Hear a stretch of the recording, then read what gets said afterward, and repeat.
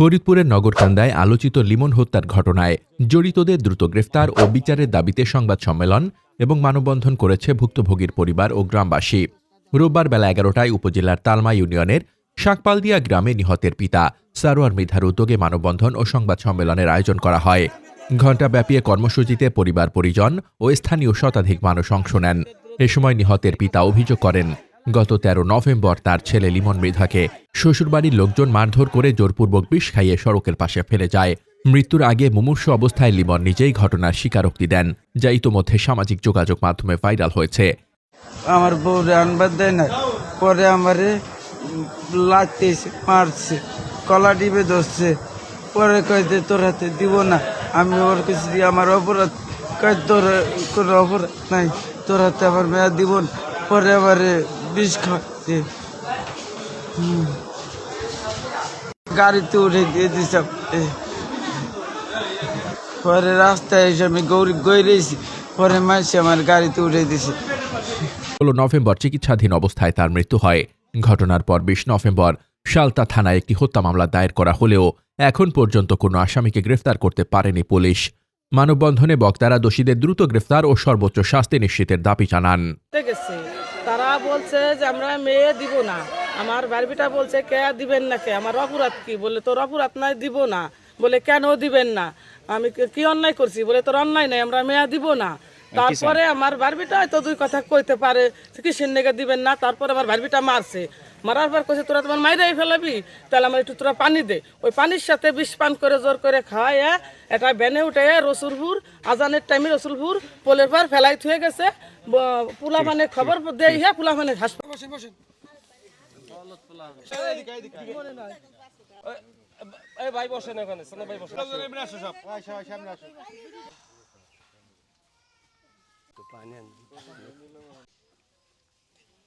তো খুনি একটা আসামি এই পর্যন্ত তারা গ্রেপ্তার করতে পারলো না। তারা খালি বলে যে আসামি বাড়ি নাই, আসামি বাড়ি নাই। তারা এই কথাই তারা আমরা ফোন দিলে এইটাই আমাদের বুঝ দিয়ে দেয়।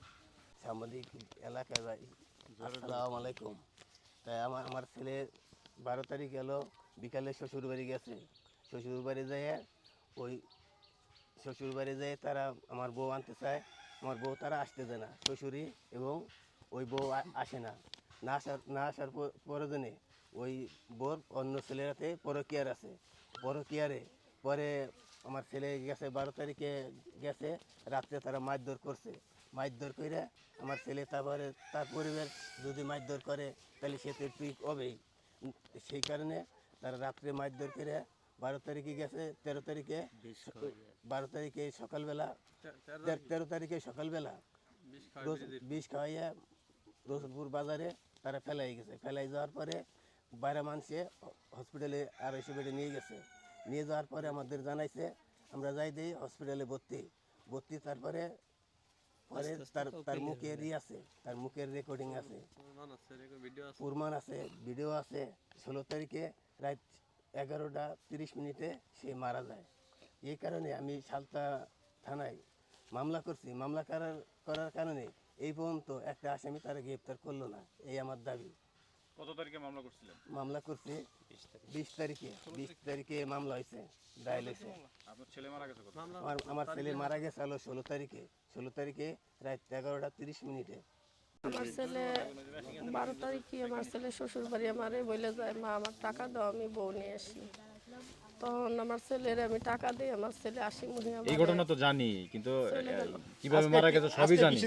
মানে আজকে এই যে কিসের জন্য দাঁড়িয়েছেন সেটা বলেন। আমি যে মামলা করছি শালতা থানায়, আমার এই মামলাটা তারা আসামি ধরতেছে না। আমি আমার ছেলে মারার আসামি ধরার জন্য আমি বিচার চাই, দর্শক বিষয়ে আইনি গ্রেফতারের দাবি করতেছি।